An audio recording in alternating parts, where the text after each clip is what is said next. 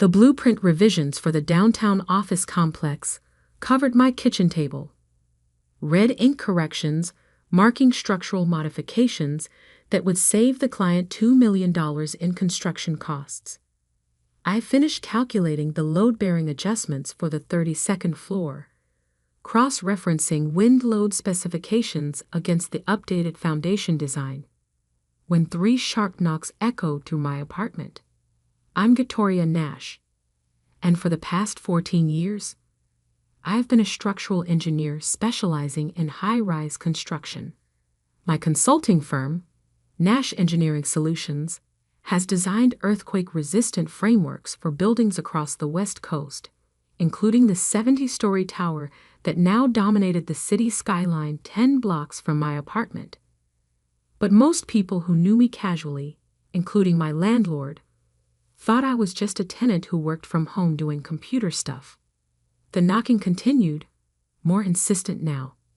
I glanced at the clock, 8:47 p.m. on a Tuesday evening. Not typical timing for maintenance issues or neighborly visits. I saved my work, closed the laptop, and walked to the front door. Through the peephole, I could see Harold Brennan, my landlord for the past 3 years, flanked by 2 men in dark suits who looked distinctly uncomfortable.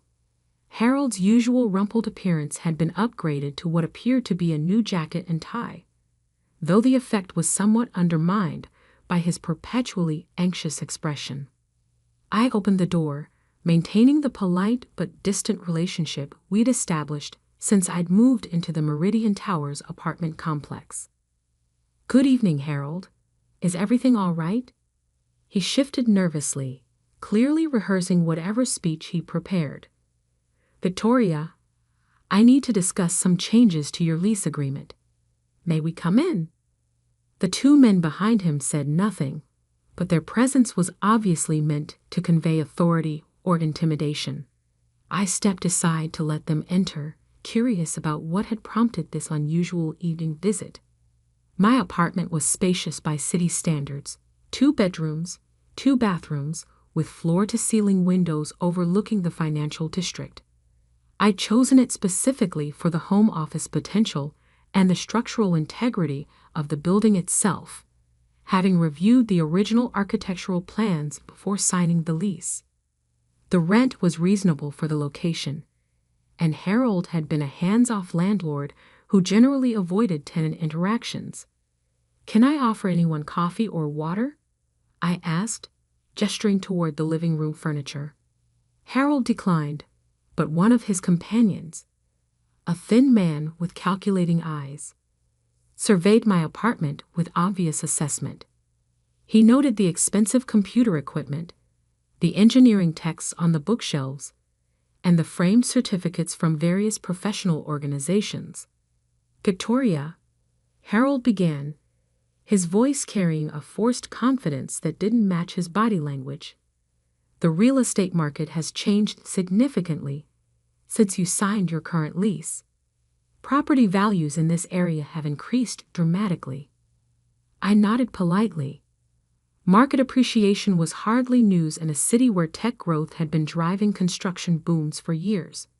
My own projects had contributed to that growth, though Harold had no idea about the scope of my professional involvement in the district's development. "I understand market conditions can affect property values," I replied. "Is this about the lease renewal negotiations? I thought we weren't scheduled to discuss that until next month." The thin man stepped forward, clearly the source of Harold's newfound assertiveness. "I'm Gerald Hoffman from Hoffman Property Management. We've been consulting with Mr. Brennan about optimizing his portfolio's revenue potential." Ah, Harold had hired a property management company, probably lured by promises of increased rental income through aggressive tenant management. I'd seen this pattern before. Small landlords getting convinced to sacrifice stable, long-term tenants for short-term profit maximization. "The current rental rates for this building are significantly below market value," Hoffman continued. "We've identified substantial opportunities for revenue enhancement through strategic lease restructuring.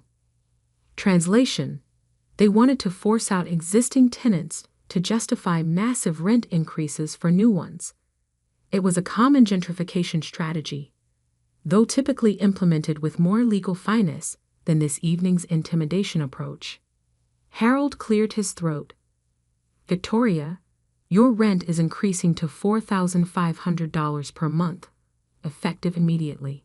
If you can't agree to the new terms, we'll need you to vacate by tomorrow morning." I kept my expression neutral while processing the implications. My current rent was $1,500 monthly. They were proposing to triple it overnight. More significantly, they were attempting to implement this change outside normal lease procedures without proper notice or legal justification. "That's quite an increase," I said calmly. "May I see the legal documentation supporting this change?" Hoffman's smile had sharp edges. "Market conditions don't require extensive documentation. You can accept the new terms or find alternative housing. Given the current rental market, I doubt you'll find anything comparable at your previous rate." The second man, who'd remained silent until now, finally spoke. "We've brought security personnel to ensure a smooth transition if you choose the vacation option." Security personnel. They'd brought muscle to intimidate a tenant into accepting illegal rent increases. This was moving from aggressive property management into potential extortion territory. "I appreciate you coming by to discuss this," I said, maintaining my calm tone. "Before I respond, could you give me a few minutes to retrieve some paperwork from my files? I want to review my lease terms and legal options." Harold nodded eagerly, probably assuming I was preparing to negotiate or surrender. Hoffman checked his expensive watch with obvious impatience, while the security contractors positioned themselves near the door like they were preventing an escape attempt. I walked to my home office, closing the door behind me. The filing cabinet in the corner contained the usual tenant documents: lease agreements, rent receipts, correspondence with Harold about maintenance issues. But in the bottom drawer, secured in a fireproof document box, were papers that would fundamentally change the evening's dynamic. I'd purchased the Meridian Towers building 8 months ago through Cascade Holdings, one of several shell companies I used for real estate investments. The acquisition had been part of a larger portfolio purchase involving 6 properties across the downtown district, financed through my engineering firm's substantial profits from recent construction projects. Harold had been struggling with building maintenance costs and falling behind on property tax payments. When Cascade Holdings approached him with a generous offer, he'd accepted immediately, though the sale terms included a management agreement that allowed him to continue operating as landlord while we handled ownership responsibilities behind the scenes. The irony was that Harold had been paying rent to my company for months while simultaneously collecting rent from tenants who had no idea about the ownership change. He'd signed paperwork acknowledging Cascade Holdings as the new owner, but apparently hadn't connected that information to his tenant Victoria Nash's actual identity. I pulled out the deed, property transfer documents, and Harold's signed management agreement. The papers clearly established my ownership of the building Harold was now trying to evict me from, using intimidation tactics that violated both his management contract and basic tenant rights. Returning to the living room, I found Hoffman examining my engineering certificates with obvious confusion. He'd apparently expected to find evidence of financial instability, not professional credentials suggesting substantial earning potential. "These are impressive qualifications," he said, gesturing toward my structural engineering license. "What exactly do you do for work?" "I design buildings," I replied simply, settling into my chair with the document folder. "Now, about this rent increase." Harold leaned forward eagerly. "Have you decided about the new terms?" "I've reviewed my legal position, and I have some concerns about your proposed changes. I opened the folder, placing the first document on the coffee table. This is the deed to the Meridian Towers building, filed with the county recorder's office 8 months ago. All three men leaned forward to examine the document. Harold's expression shifted from confident to confused as he read the property details. Hoffman's sharp smile faded as he processed the legal language. According to this deed, I continued, the building owner is Cascade Holdings LLC, which acquired the property from Harold Brennan in a transaction completed last March. Harold nodded slowly. Yes, that's correct. I sold to Cascade, but retained management responsibilities under a service agreement. Excellent. Then you'll recognize this document. I placed the management agreement on the table. Your contract with Cascade Holdings, specifying your duties as property manager and the limitations on your authority. Hoffman snatched up the agreement, scanning the text with growing alarm.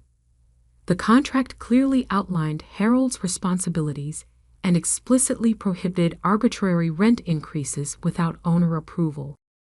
Harold, I said gently, according to Section 12 of your management agreement, any rent adjustments require written approval from Cascade Holdings' authorized representative.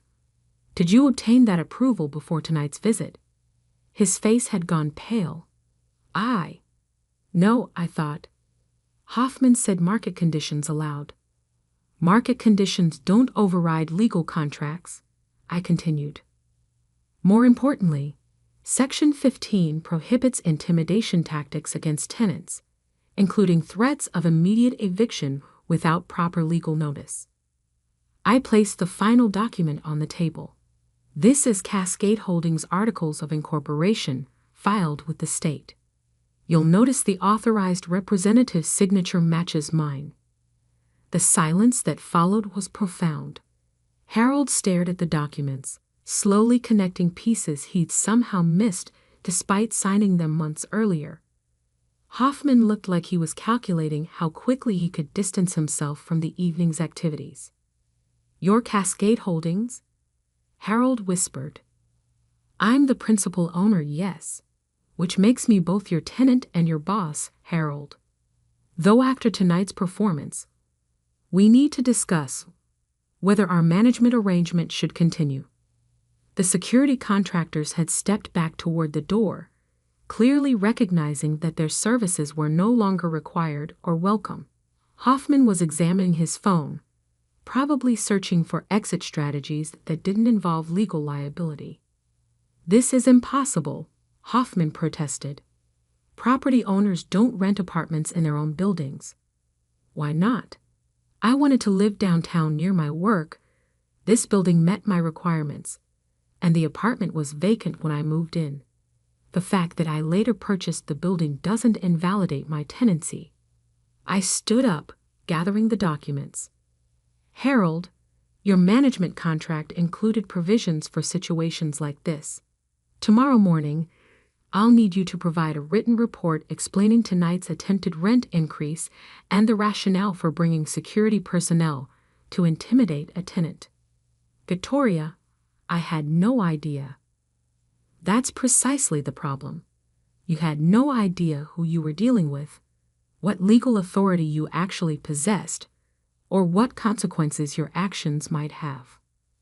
Hoffman finally found his voice. This whole situation is highly irregular. Property owners have rights that supersede tenant protections. Property owners have responsibilities that include following their own management contracts and respecting tenant rights, neither of which happened tonight. I walked to the window, looking out at the city skyline where several buildings bore my engineering signature. The irony of the evening wasn't lost on me. I designed earthquake-resistant structures that could withstand natural disasters, but apparently hadn't protected myself against landlord stupidity. Gentlemen, I think this meeting is concluded. Harold, please review our management agreement tonight and call me tomorrow morning to discuss how we prevent similar misunderstandings. Hoffman was already heading for the door, his property management services apparently no longer required. The security contractors followed without a word, probably relieved to escape what had become a legally complicated situation. Harold lingered, looking genuinely distressed. "Victoria, I'm sorry. Hoffman convinced me that aggressive management would maximize property values. I never intended to create problems for good tenants." "Harold, you've been managing this building for 3 years. In that time, have I ever been late with rent? Have I caused property damage or tenant complaints?" "No, never. You've been an ideal tenant." "Then why would you risk losing me for a theoretical rent increase that might not even be sustainable in the current market?" He sat down heavily on my couch. "Because I've been struggling financially. The building maintenance costs, property taxes, insurance, it's been overwhelming." When Hoffman showed me revenue projections with higher rental rates, it seemed like the solution to all my problems. I understood his financial pressures better than he realized. The property acquisition paperwork had revealed Harold's debts, deferred maintenance issues, and mounting expenses that had motivated the sale. But attacking stable tenants wasn't the solution to building management challenges.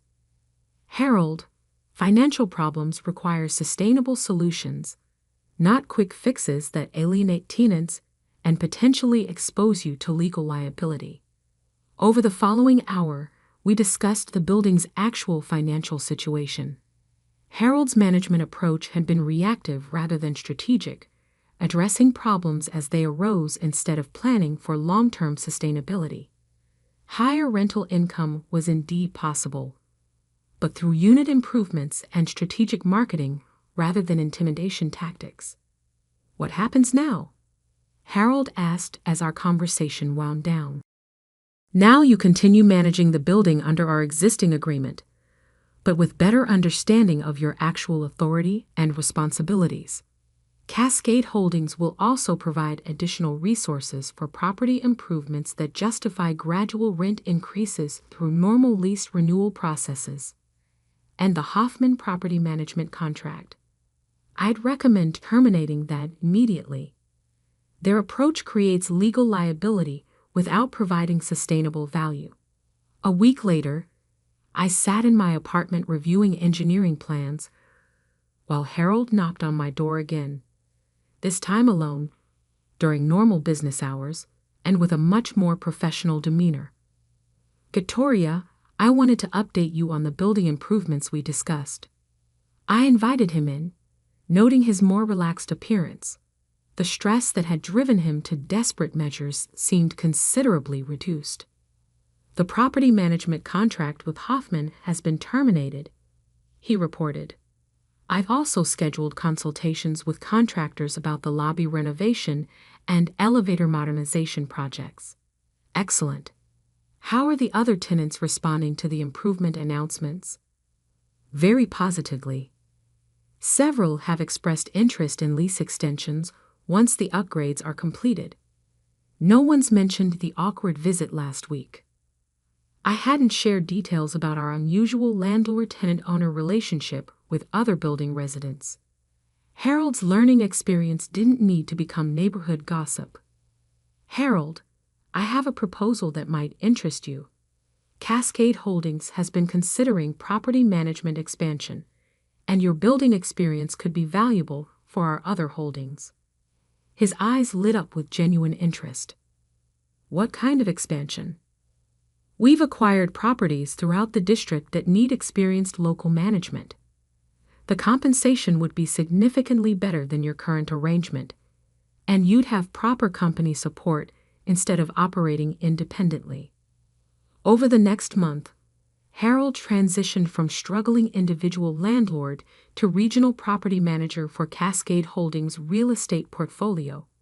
His intimate knowledge of building maintenance, combined with proper financial backing and legal support, transformed him into an effective property management professional. The Meridian Towers building underwent systematic improvements that justified gradual rent increases for new tenants while maintaining affordable rates for existing residents who had been stable, responsible occupants. My own rent remained unchanged, though I occasionally received building improvement updates from Harold in his capacity as property manager rather than landlord. 6 months after the confrontation that had started our complex relationship, Harold stopped by my apartment with coffee and the building's quarterly financial reports. "Victoria, I wanted to thank you for not firing me immediately after that disastrous evening with Hoffman. Everyone deserves the chance to learn from mistakes, provided they actually learn. I've been thinking about what would have happened if you'd been a normal tenant facing that kind of intimidation. Someone without legal resources or financial stability. It would have been devastating. Forced relocation, legal costs, potential job disruption. Exactly the kind of situation tenant protection laws are designed to prevent." Harold nodded thoughtfully. "I've implemented new procedures for all the Cascade properties. No rent adjustments without proper legal review, no intimidation tactics, and mandatory mediation for tenant disputes before considering eviction procedures." "How are the other property managers responding to the new protocols?" "Better than expected. It turns out that treating tenants with respect actually reduces management headaches and legal liability. Who would have guessed?" We both laughed, recognizing the irony that basic human decency also happened to be good business practice. A year after the incident, I was reviewing architectural plans for a new downtown development when Harold called with an unusual request. "Victoria, I have a potential tenant for the penthouse unit who specifically asked about meeting the building owner. Apparently, they've heard about our management approach and want to discuss a long-term lease directly." "That's interesting. What type of tenant?" "A federal judge who's relocating to the city. She's been dealing with landlord issues in her current location and wants assurance about building stability and management practices." I agreed to meet with Judge Patricia Connors, curious about her specific concerns. The conversation revealed that she'd been researching downtown properties and had identified Meridian Towers as having unusually stable management and satisfied tenants. "I've seen too many landlord-tenant conflicts in my courtroom," Judge Connors explained. "Properties with ethical management practices are increasingly rare, and I'm willing to pay premium rent for peace of mind. What convinced you that this building met your requirements?" "Tenant reviews consistently mentioned respectful management, prompt maintenance response, and transparent communication. Several residents specifically noted that they'd never experienced intimidation or arbitrary policy changes." Harold beamed with pride. The transformation from desperate landlord to respected property manager had clearly exceeded his own expectations. "Judge Connors," I said, "you'll find that our management approach prioritizes long-term tenant satisfaction over short-term profit maximization. We've learned that stable, respected tenants create more value than aggressive rent extraction." That's refreshing to hear from a property owner. After Judge Connors signed a 5-year lease for the penthouse, Harold and I reflected on how dramatically our building's reputation had improved. "You know," Harold said, "that night when I showed up with Hoffman and those security guards was the worst mistake I've ever made as a landlord." "And the best learning experience?" "Absolutely. I went from treating tenants as profit sources to recognizing them as community members whose satisfaction directly affects property value." "Harold, would you be interested in speaking at the Property Management Association's annual conference? Your experience could help other landlords avoid similar mistakes." He looked genuinely surprised. "You think other property managers would be interested in my story?" I think they'd benefit from understanding how ethical management practices create sustainable profits while aggressive tactics create legal liability and tenant turnover. 6 months later, Harold delivered a presentation titled From Intimidation to Integration: Building Value Through Tenant Respect to over 300 property management professionals. The response was overwhelmingly positive, with several management companies requesting consulting services about implementing similar approaches. The presentation also caught attention from the City Council's Housing Committee, which invited Harold to participate in developing new landlord-tenant mediation programs designed to prevent aggressive eviction tactics. Victoria, Harold said after his first committee meeting, they want to use our building as a model for ethical property management practices. How do you feel about that level of public attention? Honestly, proud. 3 years ago, I was a struggling landlord making terrible decisions out of desperation. Now I'm helping develop policy solutions that protect both tenants and property owners. The committee work led to Harold being appointed to the city's Affordable Housing Task Force, where his combination of property management experience and tenant advocacy perspective provided valuable insight for policy development. It's ironic, he reflected during one of our quarterly building reviews. The night I tried to intimidate you into accepting illegal rent increases was the beginning of the most successful period of my career. Sometimes the biggest disasters become the most important learning opportunities. Though I still can't believe I brought security guards to threaten someone who owned the building. We both laughed, recognizing that the evening had been simultaneously Harold's worst decision and the catalyst for dramatic positive change in his professional approach and personal values. 2 years after our initial confrontation, Meridian Towers had become one of the city's most sought-after residential properties, with a waiting list for available units and rent rates that reflected quality rather than exploitation. Harold's management company had expanded to oversee 40 properties throughout the region, all operating under the ethical principles he developed through our unlikely partnership. Victoria, Harold said during our latest quarterly meeting, I have a confession. What's that? For the first 6 months after I learned you owned the building, I was terrified you were going to evict me as property manager. Why would I do that? Because I had demonstrated such poor judgment and created legal liability for your company. I smiled, thinking about the journey we both traveled from that disastrous evening to our current successful collaboration. Harold, the best property managers are the ones who learn from mistakes, rather than repeating them. You've proven that ethical management isn't just morally right, it's also more profitable and sustainable than aggressive tactics. And you've proven that property owners can prioritize tenant welfare without sacrificing business success. Sometimes the most effective way to protect your investment is to treat people with respect and dignity, regardless of the power dynamics involved. Looking back, the evening when Harold showed up with security guards demanding triple rent was a perfect example of how assumptions can create catastrophic miscalculations. He'd assumed I was a financially vulnerable tenant who could be intimidated into accepting illegal demands. I'd assumed my role, as both tenant and owner, would remain comfortably separate. Both assumptions were wrong, but the collision between them created something better than either of us had imagined. A property management approach that demonstrated how ethical business practices could generate superior results while treating everyone involved with respect and dignity. Sometimes the best outcomes emerge from the most uncomfortable confrontations, provided everyone involved is willing to learn from the experience rather than simply defending their initial positions.